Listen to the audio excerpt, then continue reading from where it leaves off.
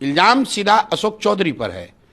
200 करोड़ रुपए से ज़्यादा की प्रॉपर्टी इन्होंने पिछले 2-3 साल में मंत्री रहते खरीदा है। मैंने प्रॉपर्टी का डिटेल दिया है, ट्रांजैक्शन बताया है, ये बताया है कि 2019 में आपने एक जो पूरा एग्जाम्पल केस के तौर पर दिया है कि 23 कट्ठे ज़मीन आपने खरीदी अपने पीए के नाम पर, योगेश्वर दत्त के नाम पर, उसको 2 साल के बाद अपने बेटी के नाम पर ट्रांसफ़र कराया बिना पैसा दिए हुए।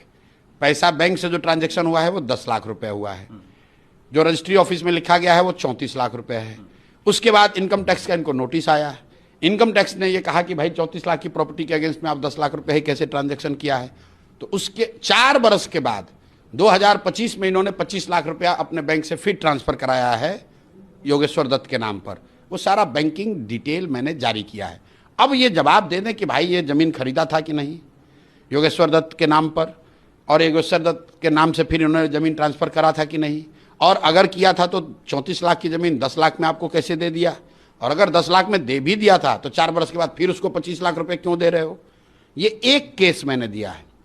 उसके साथ मैंने इनके सारे प्रॉपर्टी का जो हम लोग के संज्ञान में आई है उससे तो बहुत ज़्यादा इनके पास होगा, तो जो प्रॉपर्टी इन्होंने घोषित नहीं की है, जो हमारे पास पेपर डीड आया वो हमने साझा किया है। अशोक चौधरी जी को प्रेस करके बता देना चाहिए कि भाई ये हमने इस तरह से खरीदा। प्रॉपर्टी खरीदने में कोई दिक्कत नहीं है, प्रॉपर्टी तो आप 500 करोड़ का खरीद सकते हैं, लेकिन बता तो दो भाई कि कब और कैसे खरीदा है।